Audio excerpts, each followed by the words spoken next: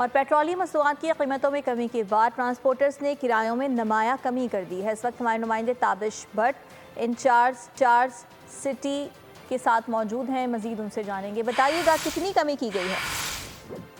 देखिए, बिल्कुल वफाकी हुकूमत की जानिब से पेट्रोलियम मसनूआत की कीमतों में कमी के बाद अब किरायों में भी नुमाया कमी नज़र आ रही है। सर, इस वक्त मौजूद एडमिनिस्ट्रेटर, उनसे बात करते हैं सिटी अड्डा के। सर, क्या कहेंगे, किरायों में कमी अब मजीद होगी क्योंकि पेट्रोल की कीमत में 40 रुपये और डीजल में 15 रुपये कमी की गई है। कितनी कमी की गई है किरायों में?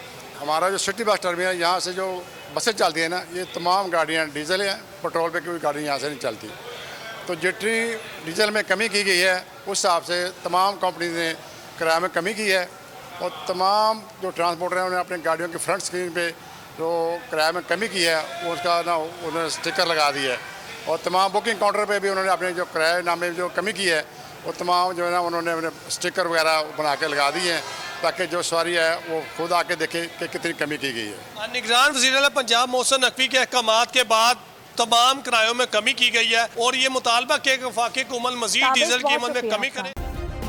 सब्सक्राइब करें और बेल दबाएं ताकि कोई खबर रह न जाए।